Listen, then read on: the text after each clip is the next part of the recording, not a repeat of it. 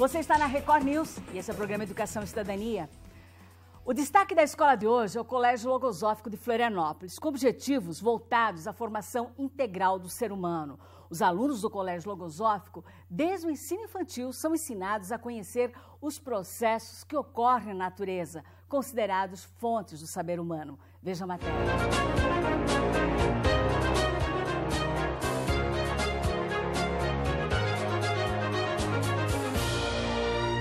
Tudo começa com uma explicação simples sobre algo comum e muito próximo a nós. Essa terra aqui, ela se forma a partir dessas pedras. Vocês querem ver de que forma? Ó?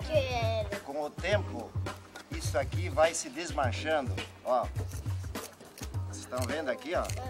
Vai se desmanchando em terra, ó. Através do ensinamento do plantio, os alunos da escola logosófica se aprofundam na sustentabilidade. Manifestam sobre os cuidados que devem ter com a natureza, com os cuidados na reciclagem do lixo e também com respeito aos animais, às plantas.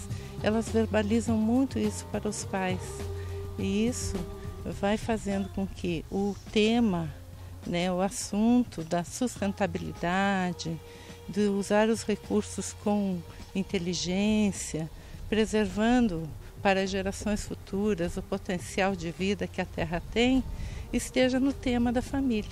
Neste espaço, cada turminha tem um canteiro. É aqui que eles aprendem que a terra não é sujeira, mas fonte de vida. E eles mesmos plantam, cultivam e colhem o que depois é servido na mesa. A gente planta. E o que vocês plantam? Verduras. A terra é onde tem as minhocas que traz o produto para as plantinhas crescerem. O ensinamento logosófico se dirige à própria vida e auxilia os pequenos a fim de que criem seu próprio mundo, colocando em prática valores quase esquecidos. É nessa fase da vida que a gente vai formando os conceitos que orientarão a vida adulta. Então, elas precisam adquirir os elementos base com os quais se moverão no futuro. É por isso que é importante que elas, desde essa tenra idade, estejam aprendendo sobre a natureza e sobre elas mesmas. O seu Artêmio, com a bagagem que traz há anos, passa aos poucos alguns princípios fundamentais para esta turminha. Nós temos que passar de forma gradativa e lúdica os conhecimentos básicos que formam e sustentam a natureza. Então é a partir da pedra que se forma a terra, que depois da terra vem os vegetais e os animais, que sustentam a vida humana, né? E nós devemos então, a partir desses conhecimentos básicos, fazer com que as crianças criem a consciência de que isto que demorou milhões ou até bilhões de anos para se formar, né, se mantenha para sustentar a vida. Então, a partir desses conhecimentos básicos, de como se forma a natureza, das leis que regem a natureza, dos processos, os seres vão poder atuar na vida, na sustentabilidade da vida com consciência, com conhecimentos. E não são só conhecimentos de ordem científica, são conhecimentos também de ordem moral, ética e espiritual, que faz com que o homem não destrua as bases da vida, e sim as conserve, para que a sua geração possa viver com abundância, em harmonia, sem comprometer as gerações futuras.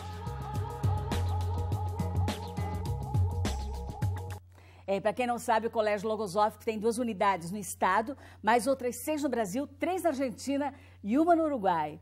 Bem-vinda, professora Kátia Marques, ao Educação e Cidadania. Obrigada. Professora, eu li um bate-papo que você teve com uma criança, em que a criança pergunta para você, ou você perguntou para a criança, Isso. Por que o livro caiu? Daí ela disse, porque o coelho explodiu a ponte. Você há pouco me disse que se perguntar para aquelas crianças quem criou o mundo, né? Quem foi que plantou todas as sementes do mundo? Elas vão dizer, foi o professor Artêmio. Isso. Como é que funciona, professora, a mente lógica de uma criança, né? Ainda mais com esse impacto da violência que a mídia, a televisão expõe todos os dias, a toda hora. Então, esse foi o primeiro impacto que eu tomei quando eu comecei a observar essa realidade, né? Uma criança, frente a uma pergunta tão simples, responder com os olhos injetados, assim, com muita violência, né? Porque o coelho explodiu a ponte. O coelho explodiu a ponte, né? Algo assim. Eu fiquei pensando, isso é a desestruturação de uma mente, né? Quer dizer, ali não existe, mesmo que a resposta, porque a criança, às vezes, mesmo que não responde corretamente, ela responde com lógica. Pois é, e você me disse, ela leciona lógica para as crianças de 2 a 6 anos. Como é que você faz?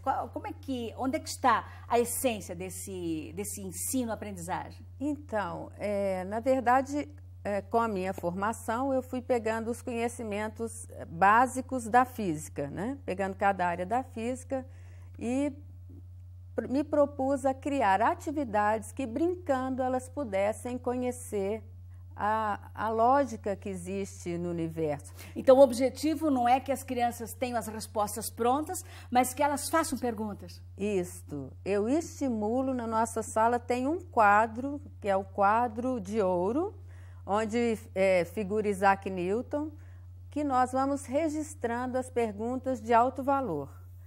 E aí elas querem saber, eu mostro os vídeos do universo, elas querem saber por que os planetas giram em volta do Sol, quem foi que pôs fogo na Terra. E você observa um diferencial nessas crianças em relação a outras que não têm esse tipo de ensino, por exemplo? Eu observo que há um estímulo natural a esse desenvolvimento lá no laboratório. E que isso faz com que essas perguntas vão cada vez num nível mais profundo. O que, claro, não observo em outras crianças que não têm esse estímulo ainda. Esse seria um diferencial do ensino da logosofia?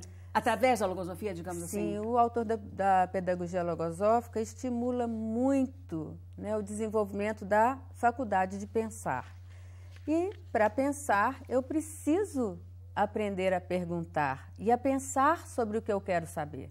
Então, é fundamental, porque a pergunta abre um caminho na mente para o conhecimento entrar, não é assim? Agora, de alguma forma, não está se forçando esse aprendizado, de repente, abre esse caminho para a mente, mas também não gera muita frustração?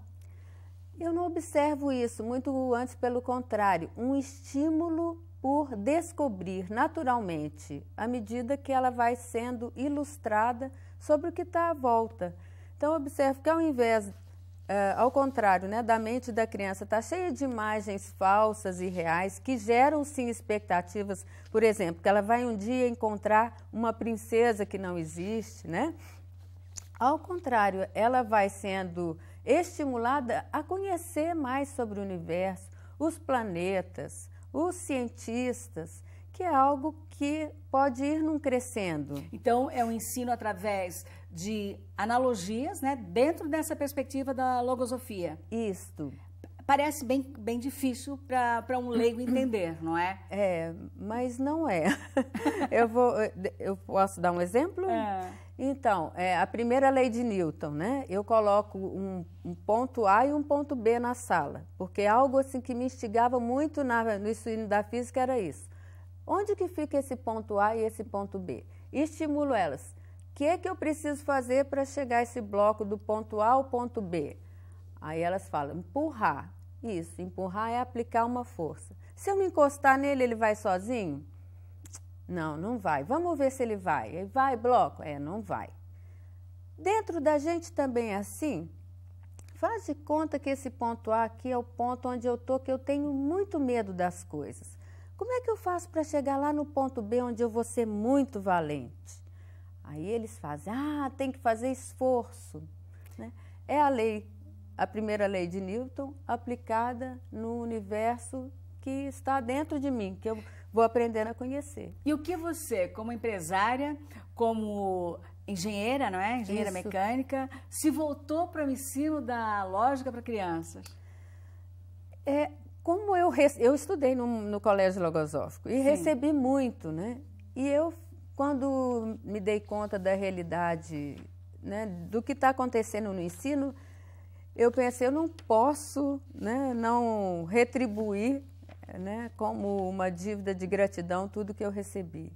E o autor da pedagogia estimula tantas coisas, dá tantas ideias, né? Como não colocar isso em prática, sendo que eu tenho todas as ferramentas, né? E é uma alegria. Minha mãe fala assim, olha, você precisa pagar para trabalhar, que você está divertindo demais. Professora, muito obrigada pela entrevista sobre Educação e Cidadania e prazer em conhecê-la. Eu que agradeço. É um grande prazer estar aqui. Em nome da Fundação do Colégio Logosófico, eu agradeço a oportunidade. E veja em seguida, Santa Catarina precisa de um plano para o livro e para a leitura. Vem aí o professor e escritor José Paulo Teixeira. E ainda vem de Criciúma a recordação das antigas locomotivas que cruzavam várias cidades de Santa Catarina. O ferroviário é uma grande oportunidade de matar a saudade de um tempo em que as buzinas dos automóveis ainda não haviam invadido as ruas. E o som que predominava era o velho apito do trem.